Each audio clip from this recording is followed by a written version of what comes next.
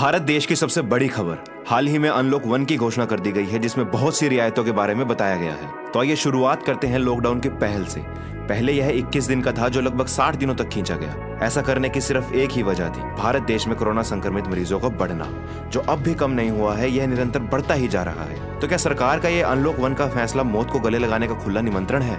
अभी कल ही की बात है, दिल्ली में एक दिन में 1000 की संख्या से भी ज्यादा मरीजों का दर बढ़ रहा है। तो क्या सरकार द्वारा लिए गए ये सभी फैसले सही हैं?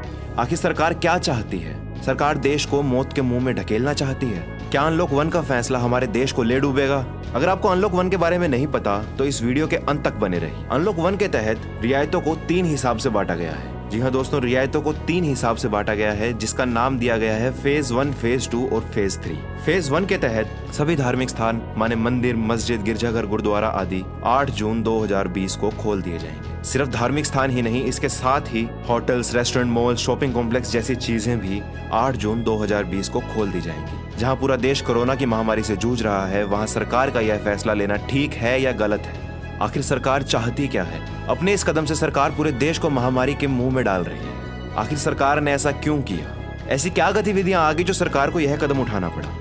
हालांकि 8 जून 2020 को यह सब खोलने की अनुमति तो दे दी गई है, पर इसके साथ ही स्वास्थ्य मंत्री ने कुछ नियम बनाए हैं, जैसे सोशल डिस्टेंसिंग रखना और मास्क पहनना लोगों के लिए अनिवार्य कर दिया गया है। अगर लोग यह नहीं करते तो उन पर FIR भी दर्ज हो सकती है। यह था फेज 1। फेज 2 के चलते इसमें यह बताया गया है कि स्कूल और कॉलेज जल्दी ही खुल जाएंगे। इन सब के बारे में उनके राज्यों के मंत्रियों से बात चल रही है और राज्य के मंत्रियों से कहा गया है कि वे स्कूल कॉलेज के VC और प्रिंसिपल से बात करें, और VC प्रिंसिपल से कहा गया है कि वे पेरेंट्स से बात करें, और इसके हिसाब से उन्हें जो फीडबैक मिलेगा उसे ध्यान में रखते हुए स्कूल और कॉलेज भी जल्द ही खोले जाएंगे। और तीसरा भाग माने फेज 3। फेज 3 के अंदर कुछ गतिविधियां हैं जिन पर रोक लगाई गई है, जैसे metro, cinema, gym, swimming pool, park, bar और ऑडिटोरियम आदि।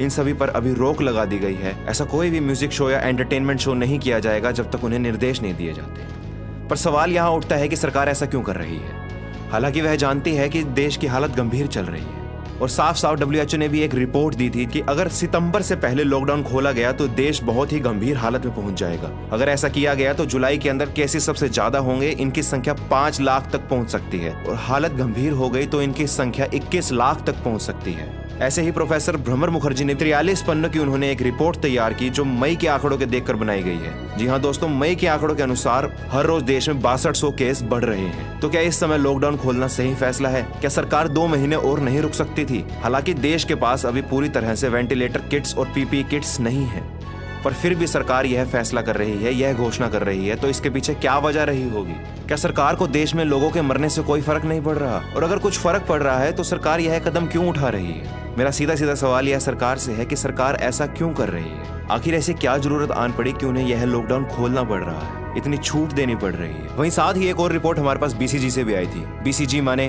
बोस्टन कंसल्टिंग ग्रुप, एक ऐसा कंसल्टिंग ग्रुप जिसके ऊपर पूरे विश्व ने भरोसा कर रखा है। इसके जो आंकड़े होते हैं वह बिल्कुल सटीक होते हैं, और अब तक के जितने अनुमान इन्होंने लगाए हैं वो आज की तारीख में बिल्कुल सटीक बैठ रहे हैं। BCG ने 20 देशों के डाटा को मिलाकर एक चार्ट बनाया है, जिसके अंदर यह साफ साफ दिखाया गया है कि चीन को छोड़कर जुलाई से पहले अगर कहीं पर भी लॉकडाउन खोलते हैं तो वहां पर हालात बेकाबू हो सकते हैं। BCG ने भारत को बहुत पहले ही यह अंदेशा दे दिया है कि अगर सितंबर से पहले भारत में लॉकडाउन हटाया गया तो भारत की हालत बहुत ही गंभीर हो जाएगी। कोरोना वायरस के मरीजों में भारी वृद्धि होगी। BCG का डाटा बहुत ही विश्वसनीय माना जाता है, पर फिर भी सरकार उसको नजरअंदाज कर रही है। क्या यह तरीका गलत नहीं है दोस्तों? ऐसा माना जा रहा है कि अगर लॉकडाउन खोल दिया गया तो लगभग 58% लोग कोरोना से संक्रमित हो जाएंगे, और भारत का लगभग 80 से 85% हिस्सा इसके घेरे में आ जाएगा, जिससे निकलना बहुत ही ज्यादा कठिन हो जाएगा। हम अभी भी अपने देश को बचा सकते हैं। अगर हम 2 महीने घर में बंद रह सकते हैं तो हम 2 महीने घर में और भी बंद रह सकते हैं। क्या भारत की अर्थव्यवस्था लोगों की जिंदगी से ज्यादा महत्वपूर्ण है? जी हाँ दोस्तों, आपका क्या विचार है इस बारे में? क्या आप चाहते हैं कि लॉकडाउन खुले, और अगर लॉकडाउन खुले तो किन शर्तों के साथ खुले? और अगर आप चाहते हैं कि लॉकडाउन ना खुले तो नीचे कमेंट सेक्शन में जरूर बताइएगा। हो सकता है आपकी बात हमारे कमेंट सेक्शन के जरिए सरकार तक पहुंच जाए। तब तक के लिए धन्यवाद।